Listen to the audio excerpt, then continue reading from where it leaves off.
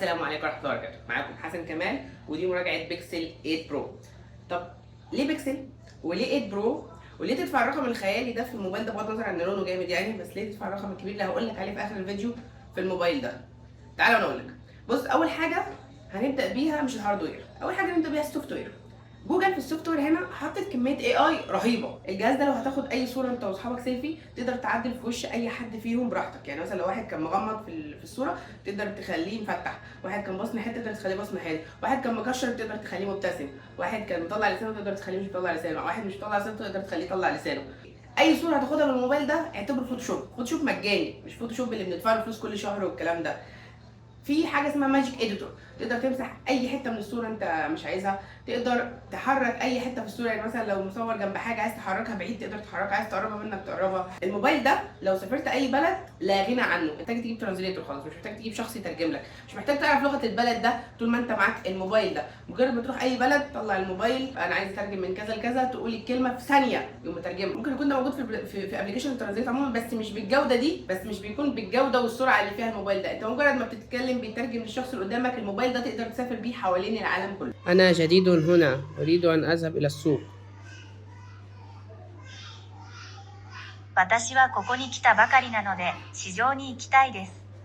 الموبايل ده بيقدر يترجم اي صوت طالع منه، سواء بتتفرج على فيديو او بتكلم حد اجنبي. نفترض مثلا انت داخل في كول مع حد اجنبي مش فاهمه بيتكلم اسباني مثلا، تقدر تاخد الاسباني ده وتحوله لانجليزي بحيث هو كل ما يتكلم اسباني الترجمه تنزل لك في ثانيه انجليزي. فانت من خلال الموبايل ده تقدر تكلم اي حد، تسمع اي فيديو باي لغه هو هيوصلك للغه اللي انت عايزها. طبعا مش كل اللغات مضافه، بس يعني اكتريه دلوقتي الانجليش والاسباني وكده، وان شاء الله العربي هيتضاف قدام. A lot of views, but none of that necessarily translates into regular people just like strolling into a store. نرجع تاني للكاميرا شويه. جوجل في التصوير لما بتعرفش توصل لابل او ما تلاقي ابل اقوى منها تضطر تروح للاي اي.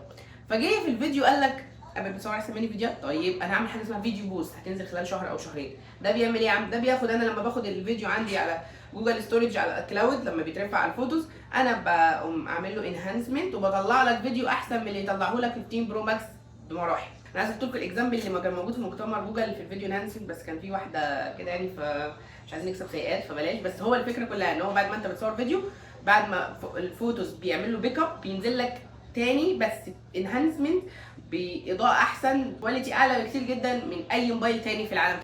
نويز كانسليشن، انت ممكن تروح تشتري ادوب بريمير برو بفلوس قد كده، او تنزل برنامج بفلوس عشان تعمل نويز كانسليشن لفيديو حوار. هنا ضغطه زر تخش نويز كانسليشن، اي فيديو حتى لو قديم يقدر يشيل منه النويز. ونجرب النويز كانسليشن هيشيله، ونجرب النويز كانسليشن هيشيله. الموبايل ده بقى لو انت بتستخدمه بره مصر فانت عندك ميزتين مالهمش حل. اول حاجه في بي ان. جوجل هنا موفره لك في بي ان مجاني لو انت بره مصر عموما، عشان هي ممنوعه في مصر. تقدر تستخدمه على طول 24 ساعه في الموبايل نفسه. لو انت بره مصر الموبايل ده يقدر يعمل مكالمات نيابه عنك. يعني اليوتيوبر اجانب بيتكلموا ان بتاع الدليفري ما بيبقوش يردوا عليه، خلاص بقوا بيسيبوا المكالمه للاسيستنت، والاسيستنت بتاع جوجل بيرد يقول له طب ماشي سيب الحاجه على الدور وامشي وكده والكلام ده، ويعمل مكالمه كامله وكانه هيومن. الكلام ده موجود في 7 برو برده، بس هنا بقى كواليتي اعلى، بقى برفورمانس احسن بكتير، بقى كانك بتكلم بني ادم بجد. في بقى حاجه جامده قوي اسمها بارد، جوجل شغال عليها عشان تبقى زي شات جي بي تي، بس هي لسه دلوقتي بيتا. موجود لينك لو سرشت عليها هتلاقيها، وتقدر تكلمه ويبقى زي شات جي بي تي شويه، تساله على حاجات ويعملها وكده. جوجل قالت لنا ان هو في خلال كام شهر الاسيستنت جوجل اللي على التليفون، اللي هو الاسيستنت اللي على التليفونات كلها هيبقى هنا ويز بارد، يعني هيبقى بالذكاء الاصطناعي اللي زي شات جي بي تي مثلا. يعني كانك هتكلم بني ادم، لا كانك هتكلم بني ادم ذكي جدا. تقدر تطلب تاسكس اعلى بكتير جدا من اللي كنا بنطلبها زمان، هنطلبها للموبايل ويعملها، زي اعمل لي تصميم لكذا، اعمل مش عارف ايه كذا، مش محتاج شات جي بي تي، خلاص هيبقى هو الاسيستنت بتاع الموبايل بتعمل بيه الكلام ده. متخيل يا مان؟ جوجل قالت لنا الموبايل ده 7 سنين ابديت، 7 سنين يعني لحد 2030 هينزل له ابديتس، وابديت او اس مش فاهم ازاي. يعني المفروض ده هينزل له 7 اندرويد، حتى لو نزل له 5 اندرويد و2 سكيورتي انا موافق. انت متخيل انت بتشتري موبايل، انت بتشتري دلوقتي موبايل هيقعد معاك 7 سنين ان شاء الله، يعني ان شاء الله يعني لما ما تكسرش ولا حاجه ان شاء الله. يعني انت بتشتري موبايل يقعد معاك 7 سنين ان شاء الله بابديتس، ان شاء الله ما يهنكش ان شاء الله تمام. وكل ابديت جوجل بتنزله بيحسن. يعني انا اعرف موبايلات كتير قديمه من جوجل الابديت الجديد مش بينزل يبطئ عشان تشتري الجديد، لا الابديت الجديد بينزل ببرفورمانس اعلى ببطاريه اعلى. يعني حتى ممكن تسال اي حد مع جوجل دلوقتي، احنا نزل لنا كلنا اندرويد 14، اي حد مع بيكسل وده اول جهاز نزل باندرويد 14 اصلا، قول له اداء البطاريه ايه، هيقول لك كله بقى اعلى. طب ايه ده؟ طب جوجل المفروض بقى تخلي اداء البطاريه وحش زي الناس تانية عشان خاطر الناس تشتري الجديد وبتاع. لا، الاداء بيبقى اعلى، ودي حاجه نحترمها صراحه عندهم. ليش انا عمال اقول جوجل انا عارف ان هم امريكا اصلا، بس اول واحد يعمل ايه؟ ما عندناش صناعه محليه للاسف في الموبايلات.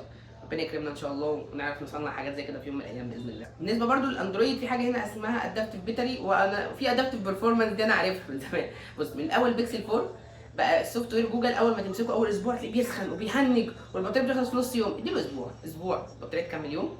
الحاجه جميله، الجهاز اللي كان بيسخن ويهنج مبقاش يسخن، مبقاش يهنج، الموضوع بقى سريع، بيقرا استخدامك، بيعرف انت بتعمل ايه في اليوم، وبناء عليه الجهاز بيتعدل يبقى كده.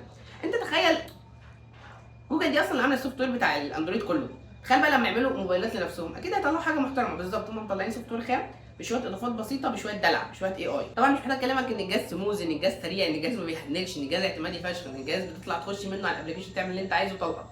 دي كل حاجه ممكن نقولها الى حد ما قويه جدا في السوفت وير في البيكسل 8 برو. تعالوا بقى نروح للجزء اللي احنا عارفينه كلنا، الهاردوير. الجهاز بيجي 128 256 512 جيجا بايت مساحه، بيجي ب 12 جيجا بايت رام، بيجي بحاجه اسمها تنسور 3. هو الفكره كلها ان هم سابوا سناب دراجون وعملوا شيب معالج ليهم عشان خاطر يعرفوا يظبطوا الاي اي، وعشان خاطر يعرفوا يظبطوا السوفت على الهارد. انصحك نصيحه، اخر حاجه ممكن تعملها انك تروح تبص التنسور 3 ده ارقامه ايه، مالكش دعوه بالارقام خالص مع جوجل، خد برفورمانس وخد اي اي بس. كده كده انا بستخدم اجهزه جوجل من زمان، عمري ما بصيت على الارقام لان انا عارف الجهاز كده كده سموث، كده كده جهاز سريع، كده كده جهاز لما بمسك اي جهاز تاني بحس يعني ايه لاج، بحس يعني ايه فريمات بتقع. هنا فريمات ثابته، تاخد هنا 120 فريم ثابتين، اداء 100 تنسور 3 معالج كويس جدا جدا، في الالعاب قوي جدا جدا برده، ما تشغلش بالك بالموضوع ده. الشاشه بقى الشاشه لاول مره جوجل بتحاول تعمل هاردوير مختلف، هاردوير اقوى من الناس كلها، فنزلته ب 2400 نتس، شاشه سطوح عالي جدا جدا من غير كيرفات، فلاج شيب بتاعتها من غير كيرفات، ما دي حاجه مش عجباني، عشان كده انا مش، عشان كده نفسي ارجع ل7 برو لان انا بحب الكيرفات. هنا شاشه فلات، انا عارف ان كلكم بتحبوا الفلات، 6 و7 انش 2K في الالوان واضحه جدا، 2400 نتس في وسط الشمس، الاضاءه عاليه جدا، اللون بقى والتصميم صراحه عظمه. هنا 3 كاميرات، هنا الفلاش، التصميم زي ما انتم شايفين لونه ازرق، ماشي، التصميم حلو جدا جدا كلون، انا شايف دي من احسن الوان شفتها لان ده ازرق مطفي، شكله شيك جدا جدا جدا فعلا.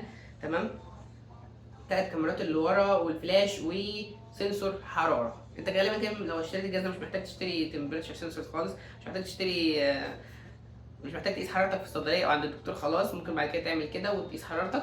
واظن الجهاز ده حلو للدكاتره، لو انت ناقص الجهاز يطلع لك سماعه وخلاص تبقى دكتور، يعني انت كدكتور بقى قاعد في العياده حد دخل عليك فتقيس حرارته بتليفونك، الزبون فالمريض يقول واو ايه ده التليفون ايه ده بقى، وتبقى جامد وبتاع معاك تليفون بيقيس الحراره. هي اصلا حوارها مش عارف ليه اصلا، يعني انت ليه حاطط سنسور حراره في التليفون؟ مش فاهم. يعني اقيس الشاي كل ما اجي اشربه ولا كل ما اسخن، يعني كل مرتين في السنه اقوم قايس الحراره؟ انا بجد مش فاهم الفكره، بس ده يا جدعان تمبريتشر سنسور، ما اعرفش ليه بس ده تمبريتشر سنسور. اوكي، ليه يحطوا تمبريتشر سنسور في الموبايل؟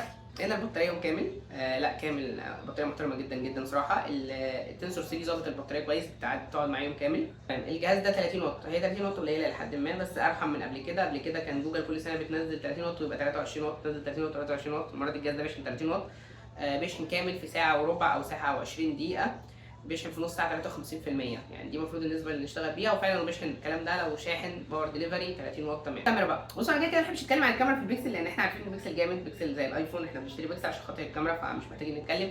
بس تعالى اكلمك ان الكاميرا كويسه والالوان كويسه، الاضاءه الليليه رهيبه، الزوم مرعب، الزوم مرعب. عندي مشكله فعلا ان الزوم هنا مرعب، يعني انا جربت اس 20 الترا واس 23 الترا و7 برو، كل دول الزومات حلوه، الزوم هنا انهانسمنت قوي، الزوم هنا باخد الزوم لا بيجيب تفاصيل يا عم انا مش انا بعيني المجرده مش شايفها، يعني بيجيب لقطه بعيده بتفاصيلها انا مش شايفها بعيني المجرده. دي حاجه مرعبه بعد كده في الناس المجانين اللي بيتجسسوا على الناس، الموضوع مرعب بجد. فاتمنى ان محدش يستخدم الزوم ده في حاجه غلط، ان الزوم ده فعلا بيجيب ابعاد رهيبه على كيلومترات رهيبه بتفاصيل صعبه، فاتمنى ان محدش يستخدمه في حاجه غلط. فالزوم هنا فعلا انا شايفه مرعب جدا. بس دي كل حاجه عن الجهاز.